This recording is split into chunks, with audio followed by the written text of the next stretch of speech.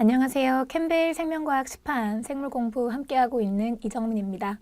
자, 지난 45장과 6장 조금 난해하셨었죠. 자, 우리 체내에서 이루어지는 수정과 발생 과정 우리가 눈으로 쉽게 볼 수 있는 과정이 아니었었기 때문에 학습하시면서 영상 자료 보면서도 조금 가독성이 떨어지다 보니까 학습하시기 조금 어려웠을 거라고 예상합니다.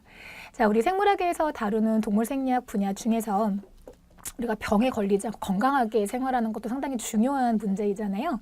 자, 병에 걸리지 않는 몸에서 이루어지는 방어 시스템에 대한 공부 오늘 면역 부분 47장 진행할 계획입니다. 자, 우리 체내에서 이제 외부로부터 우리 몸은 사실은 굉장히 내가 만들어낸 단백질이라거나 혹은 내가 만들어낸 세포 이런 것들 자기가 만들어낸 것하고 내가 만들어낸 것이 아닌 비자기 외부에서 들어온 굳이 세포가 아니라고 하더라도 단백질이라거나 외부에서 들어온 다른 생명체에 대해서 상당한 거부 반응을 가지게 되어 있거든요. 그래서 그런 외부로부터 침입한 것들에 대해서 인식을 해서 거기에 대해서 대응하는 데 관여하고 있는 시스템을 우리는 면역계라고 얘기를 합니다. 그래서 보시면 지금 면역계에서 외부 침입원이야라고 이제 인식하는 것들이 병원균이라고 나와 있는데 병원균을 이제 영어로 패소진이라고 하고요. 또 이 병원균에 해당하는 것이 세균이라거나 곰팡이라든지 바이러스 이런 것들이 몸에 침입을 했을 때 내 몸을 이제 방어하기 위해서 굉장히 복잡한 시스템이 진행이 될 겁니다. 그래서 구분을 잘해서 정리를 하실 필요가 있어서 일단은 큼직하게 오버뷰로 한번 보시라고 도표가 제일 처음에 주어져 있을 겁니다. 체내에서 이루어지는 면역계는 처음부터 이네이트하게 내가 이제 유전적으로 태어날 때부터 가지고 있는 면역 시스템 하고요. 또는 이제 우리가 생활하면서 후천적으로 얻게 되는 면역 시스템을 적응 면역이라고 얘기를 하는데요. 이때 선천적 면역과 후천적 면역의 가장 큰 차이점 중에 하나가 이 선천성 면역 같은 경우에는 일단은 수행하는 여기 이제 동물이라고 나와 있는데 사실은 식물들도 방어 시스템이 있기는 해요. 그래서 식물과 동물들 전부 다 선천적으로 면역계를 가지고 있다라고 하면 이 면역 시스템 같은 경우는 우리가 비특이적이라고 얘기를 합니다. 자, 비특이적이라 함은 예를 들어서 폐렴균이 들어왔다거나 내지는 홍역균이 들어왔다거나 들어온 균의 종류와 관계없이 그냥 너 외부에서 침입한 거야 너 무조건 안 돼 이런 식으로 침입한 것의 종류와 관계없이 이루어지는 것들을 우리는 비특이적이라고 얘기를 하고요. 선천성 면역 같은 경우에는 침입한 그 대상의 종류와 관계없이 동일하게 진행이 되기 때문에 비특이적이야 라고 얘기를 하죠. 반면에 이제 후천적으로 얻어지게 되는 적응 면역 같은 경우에는 보시면 동물들 중에서도 진화적으로 발달되어 있는 척추동물에서 이루어지게 되어 있고요. 적응 면역 같은 경우에는 우리가 특이적인 면역이야 라고 해서 외부로부터 들어온 그 병원균의 종류에 따라 다른 방식으로 면역이 이루어지는 현상을 의미합니다. 그래서 선천성, 후천성 또는 특이적, 비특이적으로 구분을 하시는 게 도움이 될 것 같고요. 선천성으로 이루어지는 면역은 이제 장벽 방어라고 하는 거는 물리적인 방법에 의해서 이루어지는 면역이라고 생각을 하시면 될 것 같고 내부적으로 이루어지는 반응들은 전체적으로 관여하고 있는 여러 가지 화학물질들이 있기 때문에 화학적인 면역이야 라고 생각을 하셔도 무방하시겠습니다. 자, 반면에 후천적으로 얻어지는 적응 면역의 경우에는 어떤 방식으로 이루어지느냐에 따라서 체액성 면역과 세포성 면역 두 가지로 구분이 되시는데요. 그래서 전체적인 면역을 크게 두 가지, 각각에 대해서 두 가지로 구분 가능하더라. 이렇게 큼직한 가닥을 잡아 놓으시고 하나씩 정리한다고 생각하시면 될 것 같습니다. 자, 우리 선천성 면역 시스템부터 얘기를 좀 해볼게요. 자, 선천성 면역 같은 경우에는 생물 종류를 가리지 않고 모든 동물들이 수행을 할 수가 있는데 이 중에서 조금 연구가 많이 되어 있는 그 무척추동물, 사실은 척추동물 같은 경우에는 오늘 사람 얘기하면서 엄청 많이 언급이 될 거니까 주로 척추동물 얘기를 할 건데 그 중에서 무척추동물 중에서도 연구가 조금 많이 되어 있는 생물종들이 곤충들입니다. 이것들이 이제 가지고 있는 시스템이 이 척추동물하고 좀 유사한 부분도 있고요. 해서 연구가 좀 많이 되어 있는 부분이에요. 이 무척추동물이 가지고 있는 것도 마찬가지 물리적인 작용과 화학적인 작용으로 구분이 가능하신데 일단은 물리적인 작용이야 라고 하면 곤충이다 라고 하면 바퀴벌레 생각해보세요. 이거 기어가면 소리 들리죠. 그죠? 왜냐하면 곤충들이 가지고 있는 큼직한 특징 중에 하나 딱딱한 외골격을 가지고 있더라 라고 하는 게 곤충의 특성인데요. 그 외골격을 가지고 있다는 것만으로도 일단은 공기 중에 있는 병원균들에게서 내 안쪽에 있는 살아있는 세포들을 보호할 수 있기 때문에 이거 자체가 1차적인 있는 물리적 방어선이라고 생각을 하시면 되세요. 자, 그런데 곤충 같은 경우에 이 외골격이 어디까지 연장이 되느냐면 구강을 통해서 안쪽으로 들어가면 소화관 상피까지 확장이 되게 되어 있습니다. 따라서 이 내장벽에 이 외골격의 주성분이 우리 키틴이라고 하는 일종의 다당류거든요. 그래서 다당류와 당으로 예를 들면 당단백질의 일종이라고 보시면 될 텐데 이 키틴으로 이루어져 있는 외골격 성분이 내장까지 연장이 되어 있기 때문에 일단은 구강을 통해서 안쪽으로 유입되는 병원균에 대해서 저항할 수 있는 1차적인 저지선이 됩니다.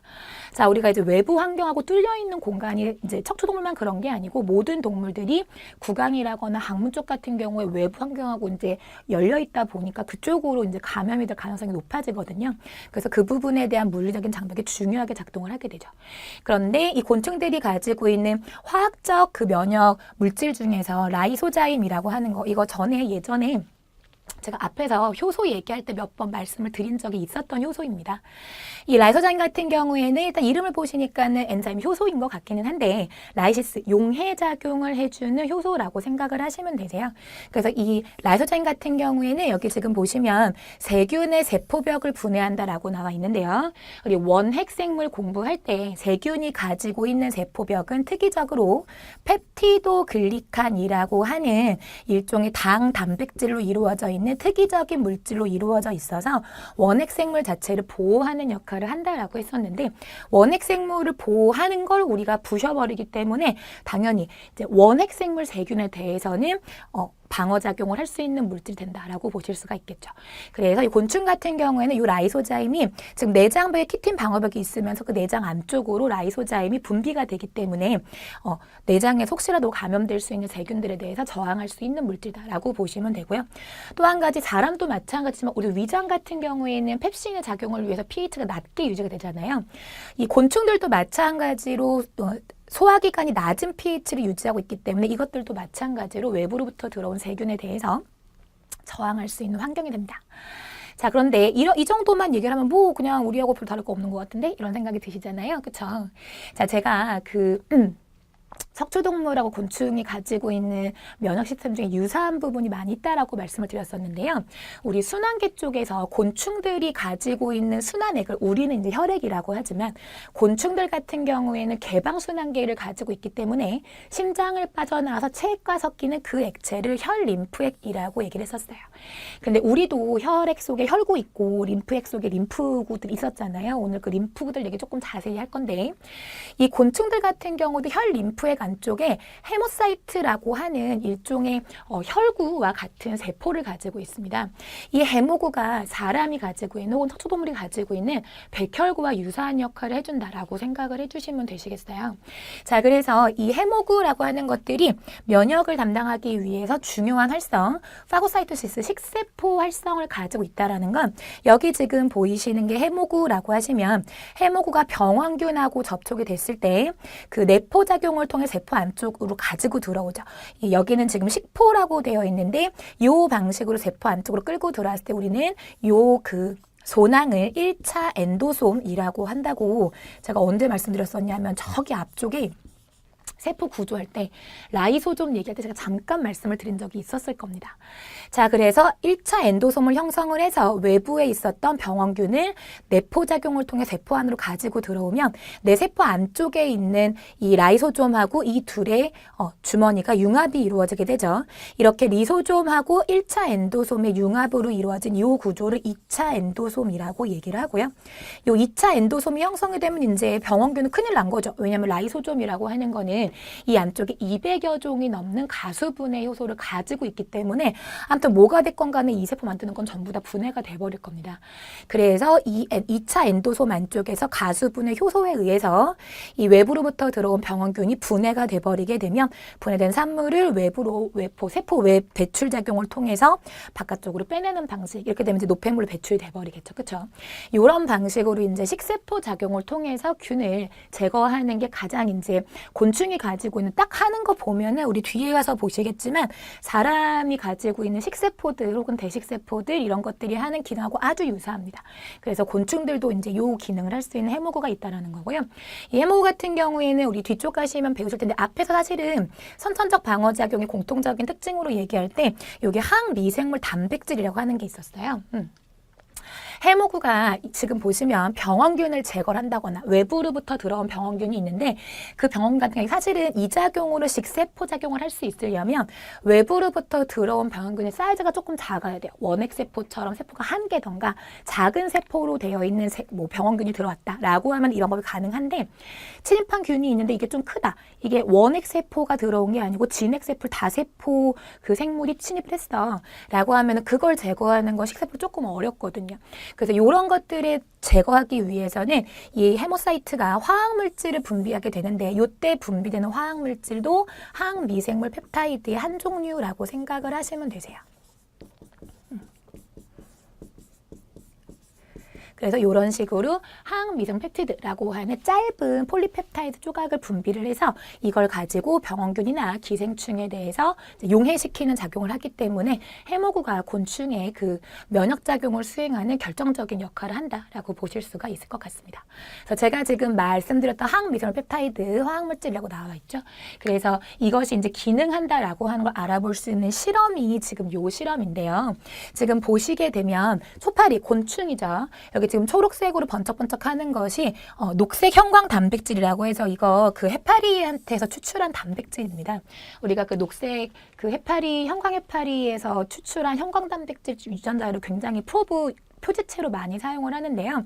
이 항미생물 펩타이드가 발현이 됐을 때 그 형광물질이 같이 발현될 수 있도록 이제 조작을 해서 위쪽에, 즉 아래쪽에 사실은 초파리 있는 거거든요. 아래쪽에 있는 건 잘 인식이 안 되시죠? 그렇죠?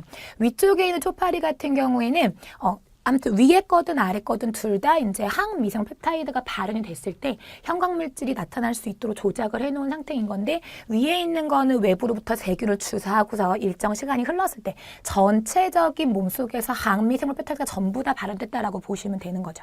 그래서 항미생 펩타이드가 전신적으로 작동이 되는 거다라고 한다면 아래쪽 같은 경우에는 세균을 주입하면 안 될 텐데 세균 주입 안 한다고 그냥 놔둬버리면 여기는 사실은 세균 주입한다고 니들로 한번 찔렀을 거거든요.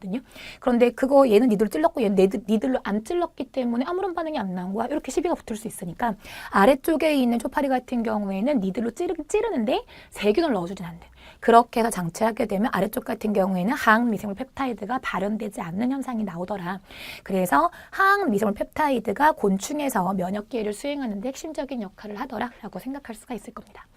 자, 그랬을 때 이 곤충 같은 경우에 이런 식으로 외부에서 침입한 대상에 대해서 면역을 할 수 있다라고 하는 것은 외부에서 침입한 병원체를 뭔가 인식을 할 수 있어야 되겠죠. 기본적으로 우리 맨 처음에 오버뷰 할 때 보셨지만 면역이 이루어지는 큰 스텝 두 가지는 인식하고 거기에 대해서 반응을 보이는 거였으니까. 그랬을 때 곤충 같은 경우에는 외부로부터 들어온 병원체 인식을 무엇으로 하느냐면 톨 리셉터라고 하는 일종의 막단백질을 가지고 있습니다. 톨 리셉터라고 하는 이제 수용체일 텐데요. 톨 리셉터 막단백질을 가지고 있어서 이것이 이제 내가 아닌 우리가 비자기 물질이라고 하거든요. 내가 아닌 물질 톨 리셉터에 결합을 하게 되면 이것의 인식에 의해서 이러한 항미생물 펩타이드를 분비를 한다거나 또는 식세포 작용이 활성화가 된다거나 당연히 이 톨 리셉터 같은 경우에는 앞에서 보셨던 해모구의 세포막이 있다라고 보시면 되는 거겠죠.